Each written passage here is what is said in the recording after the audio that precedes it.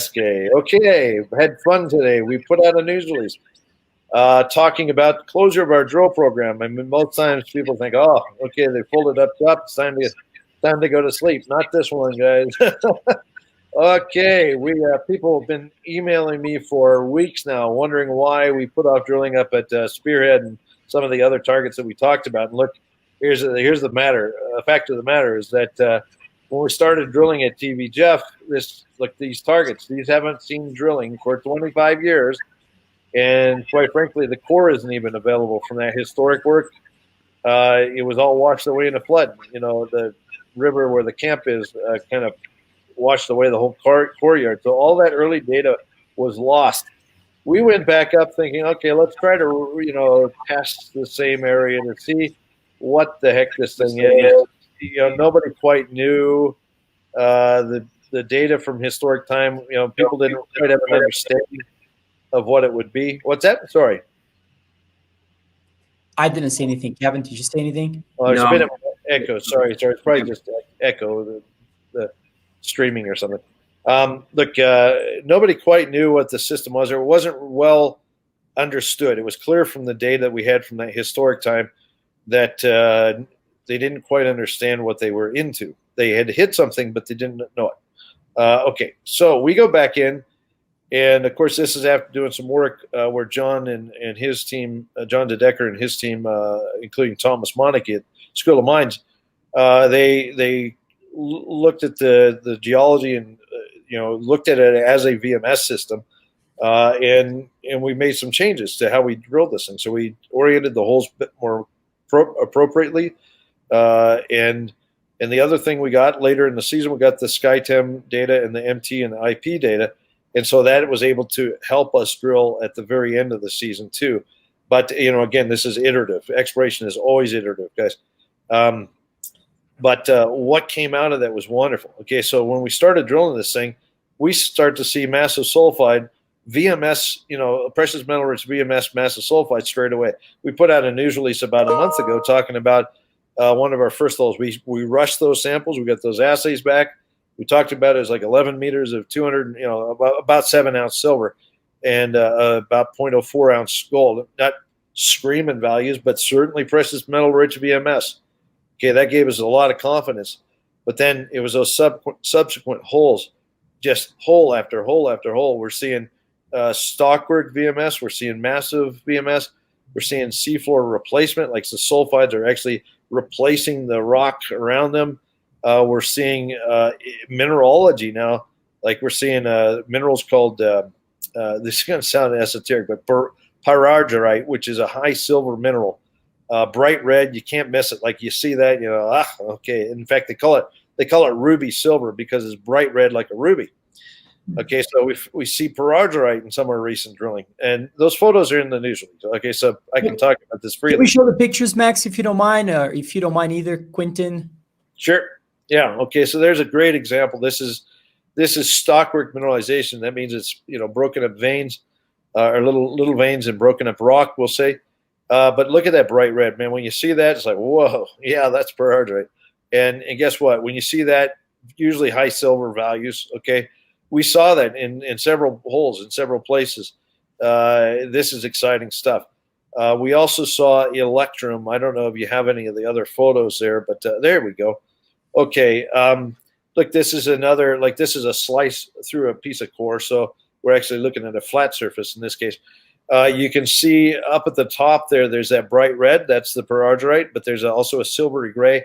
Not quite sure it might be stibnite. That's an antimony sulfide. It might be some other silver mineral. I don't know, but it's there. But see the little bright yellow things there with the arrow that says electrum. That's that silver or gold or a gold silver alloy that I talked about earlier.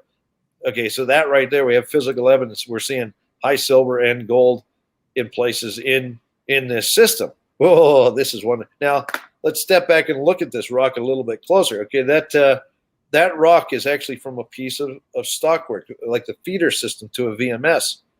And we're seeing precious metals in it. This is interesting. Where's the VMS? Well, this hole, as well as some of the other holes around it, were the highest ones that we drilled up on the hillside, going back at this thing.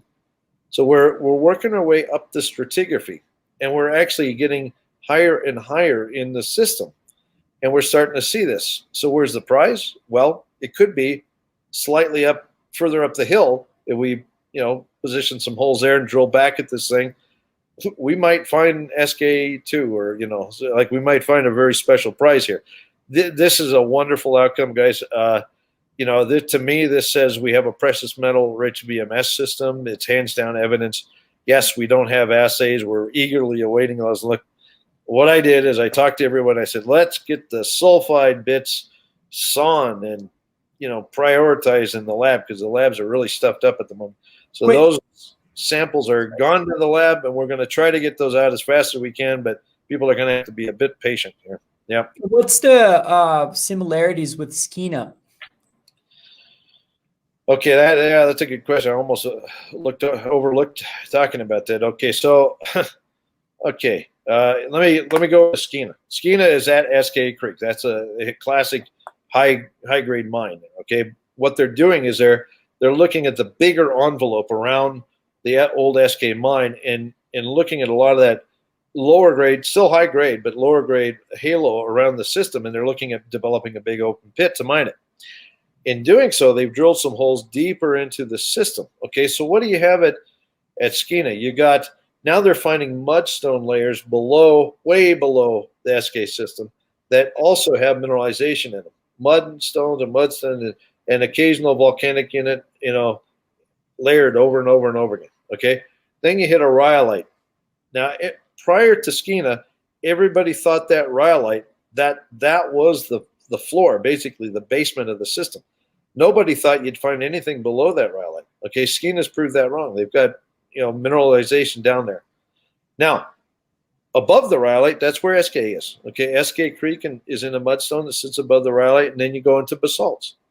Okay, let's step back and look at what we got. We got our multiple layers of mudstone and volcaniclastic rocks and mineralization that looks a lot like Skeena, what they're hitting down low.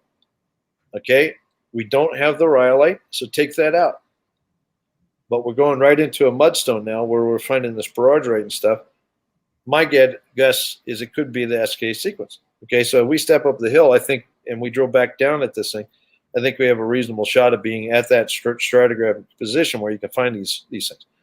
Now, why isn't there a rhyolite? Well, okay, this is a debate. Now, a lot of people think that rhyolite over there at Skeena, that it's the bottom of Eskay Creek mine, they think that's a flow, like it's basically a blanket of rock that came out and into the basement.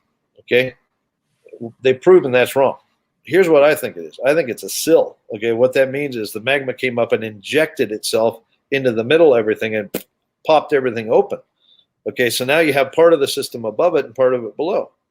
Well, over here where we're working, the rhyolite's not there. It hasn't, so it hasn't popped everything apart like it has over at Skeena. We have the entire enchilada like all preserved in one. That's interesting. That's really interesting. So, look, I'm very excited about it. I'd like to see the assays come back. John and his team need to model all the data, really start to develop a picture of the whole VMS system.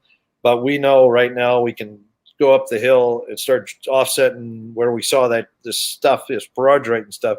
And I'm feeling pretty good about life. Okay, that's an exciting one.